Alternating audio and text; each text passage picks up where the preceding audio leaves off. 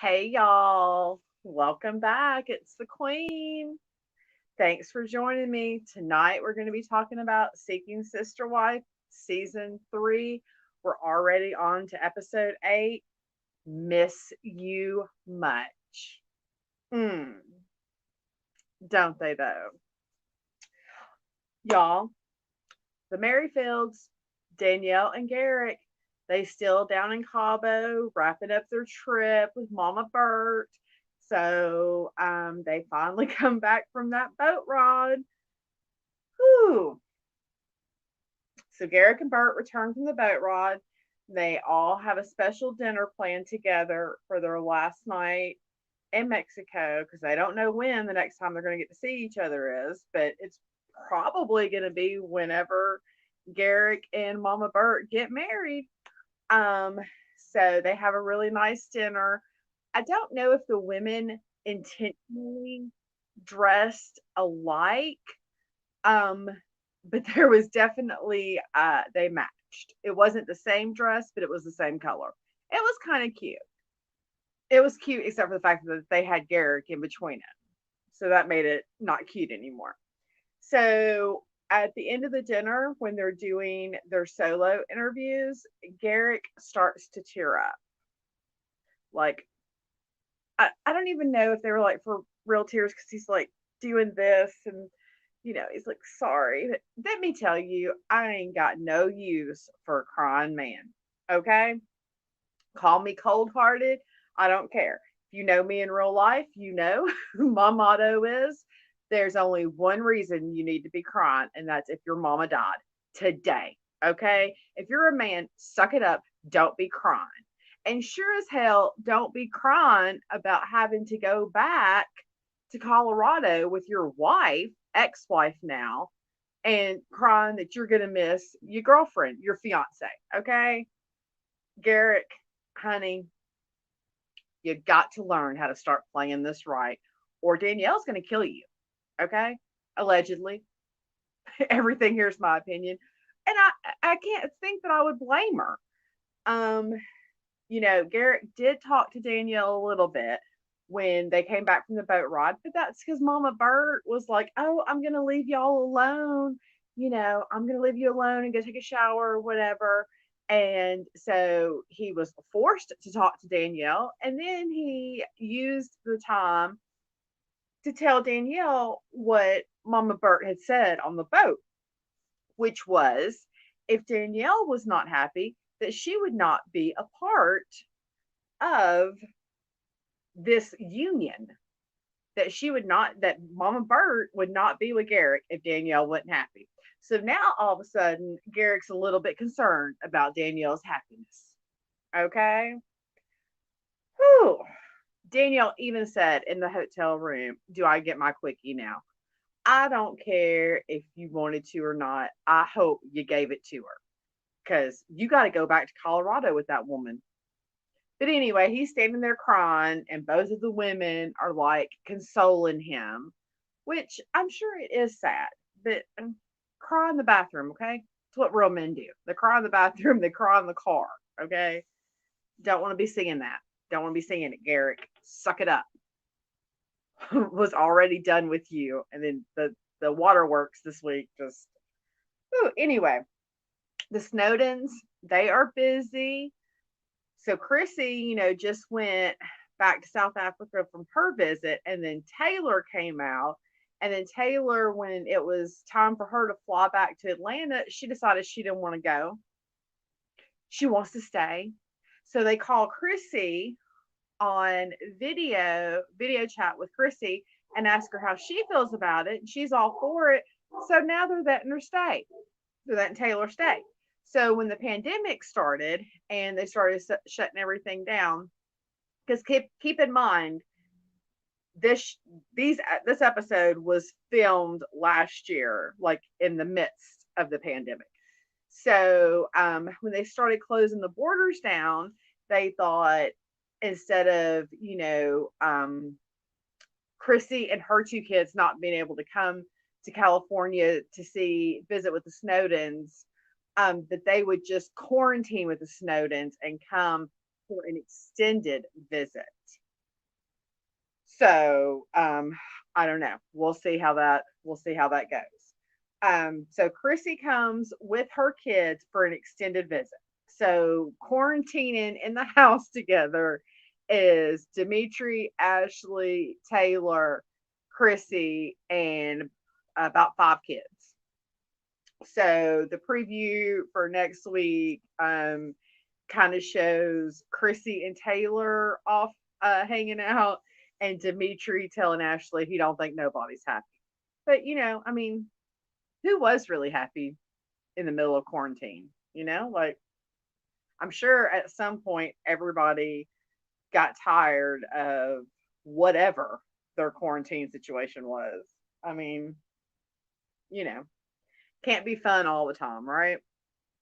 So interested to see what happens with all them quarantining together because it's like hard moving someone in, but then usually they're still going to work or you can go out and do things or they can go out shopping. But when the shit was shut down, you couldn't go anywhere. So they're literally at home with each other 24/7. That's enough to get on anybody's nerves. So the Winders, Sophie had the baby Ephraim, and he's 3 months old now because this is in the middle of quarantine, so there's been a time lapse. So Ephraim is 3 months old now, and it's Colton's birthday. He's turning 33, and it was actually funny in this one because I always talk about how dull and boring the Winders are, and Colton actually, or not Colton, yeah, Colton actually made a comment about himself about not having a reaction. He said, "My happy face looks the same as my everyday face," and it does. So he is not the most monotone person I've ever met, but he definitely should play poker because and I think it's so funny, especially when him and Tammy interact with each other because they both have that quiet personality. And I think it's funny that when they're trying to find a sister wife, like Sophie has all the personality for that group, for that family. So Sophie is kind of like the one that does the interaction with Kimberly, their potential sister wife. So they've decided, to try to ask Kimberly to come back out now since, some of the restrictions have loosened or whatever. And Colton seems to be really concerned. He says he doesn't think that this is a good time to add another wife. And the wives are kind of like the ones that are for it because, they feel like they've invested this time in this woman and they need to see if it's going to go anywhere. But, they all speak about, Colton has to have chemistry with the future sister wife or it won't work. And you're only going to know that if you see someone in person. So, but Colton says, they just got a new house, a new baby, and they're dealing with Tammy's infertility. And it's a lot. It's a lot of struggles. And he doesn't think it's necessarily the right time to add a wife. So I don't know. We'll see what goes on with that. They definitely spent more time with the Winders this episode. So we got to see Tammy talking about her infertility and how she's dealt with that and how Sophie bringing a baby into the house has been for her. And so we just got to know them a little bit more. They still dull as hell, but we just got to know a little bit more about them. So, and I do hate that Tammy's having the issues with the infertility. That is sad because she wanted her kids to be close together. So, she was, saying at least, his other wives, I'm so sorry, um, his other wives can have kids for their daughter to, be close in age with. So, and that is one good thing, I guess, about a plural family, as a lot of siblings. I'm an only child, so I don't know. But, so the Clarks, things got more difficult with Kay due to COVID. She never moved back into the house. The last episode that we seen, Kay was promising Gerard that, she would come around, the two jobs would not keep her from the family. Well, she's kind of just ghosted them. They finally did have a conversation with Kay, and they just all decided that it wasn't going to work out, and so they broke up. So things ended with them after Kay had been with Vanessa and Gerard for 2 years.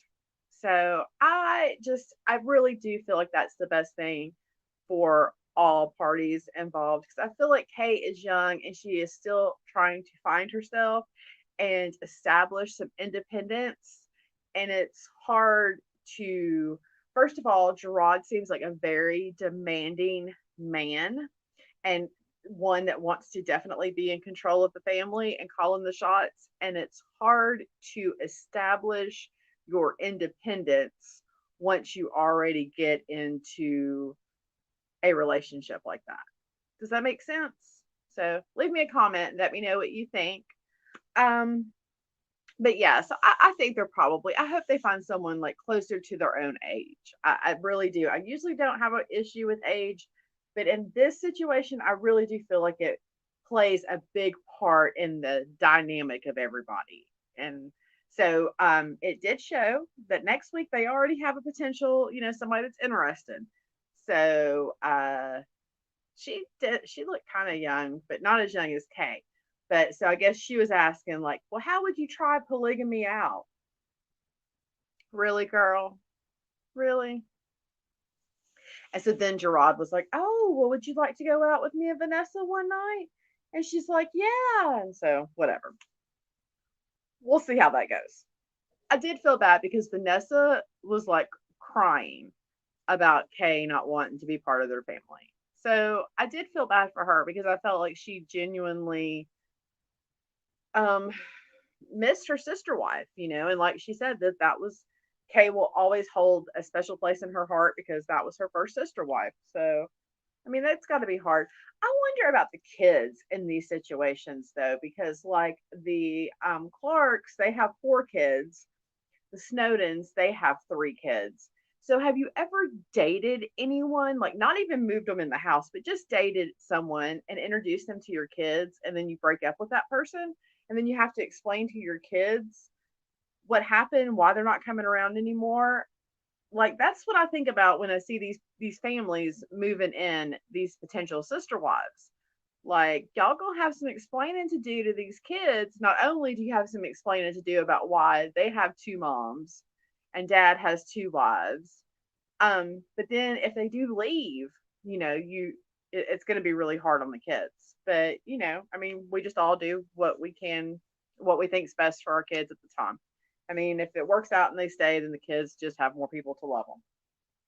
So the Joneses, Sidian and Tasha, they're still online dating. And that's really all. That's all. They still online dating. They they taking selfies, and I think they have a potential person that they're going to go out with. So we all know how I feel about Sidian and Tasha. I love Sidian. Oh. But yeah. So mostly I'm very interested to see what's going to happen next week with the Merrifields and how Garrick is going to act once him and Danielle get back to Colorado. Okay, that's what I'm interested in, and how the Snowdens are doing, all quarantined together with their 2 new sister wives. So, what are you looking forward to? What was the highlights in this week for you? For every comment that you leave, I enter you in the contest, win a candle bundled giveaway. Make sure you subscribe and comment. And when we get to 100 subscribers, I'm going to draw a name out of the jar. So I think that's about all I have for tonight.